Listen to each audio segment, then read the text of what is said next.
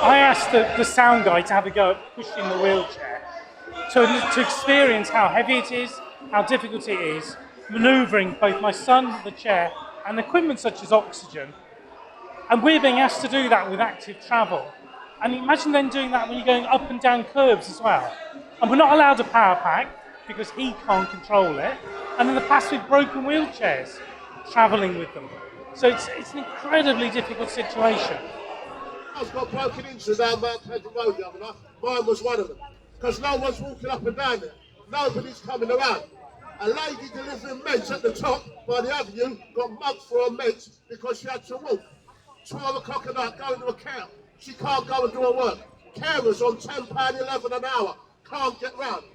People being left behind the doors. People having to meet them by LTNs to pick up their meds for the old people. So it's everybody suffering. So now, where is Mr. Lammy? I said at one meeting, he's on LBC every week. And he's hiding behind the Costa Coffee on Bruce Grove. It's like a jeweller's. You have to go up there and just put stuff through his door or flood his inbox. Because he's got to listen. And there's spies here, and you know who you are because I caught one of you out the other day. So that's why I've come to the mic. You know who you are because I saw you. Right. So there's a few of us. So let's just keep this peaceful.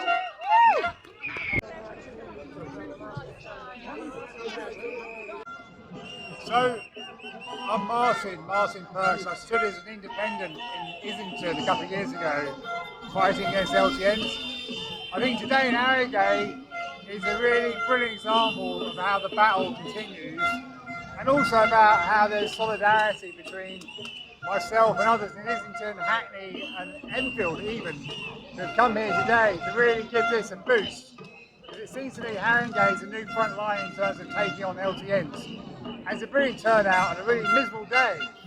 And I think it's really important that we oppose LTNs, especially because we've had 2 years of lockdown. And if you can continue with LTNs, it's going to make the lockdown extended even further.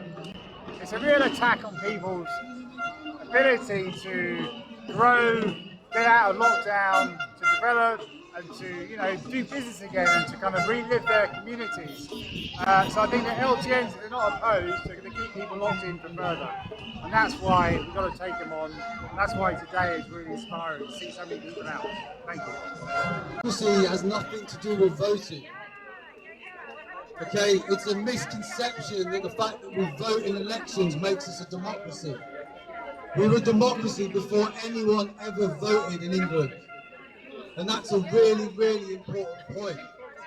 Democracy breaks down into 2 words, demokratia. Okay, in Greek, demos is a people, and kratia is control. And democracy means that people are in control. And you're not in control by putting a cross in a box every 4 years. Okay, that isn't how it works. When you go back, you have a look at the britishconstitution.co.uk or newchartismovement.org. In it, the historians will explain to you how democracy in England and Britain is supposed to work. Okay? You'll understand that where you've got financial systems, where there are accountants, you have auditors. You have people that come in independently to audit what is being done, to make sure that corruption doesn't occur. At the level of government, there are 3 core pillars. Okay? A legislature, an executive, and the judiciary. They are supposed to be 3 separate stems, and they have all been merged into one. So you've got the poacher, the gamekeeper, and the game all being owned by the same individual. You can't have that. Right? That is the definition of corruption.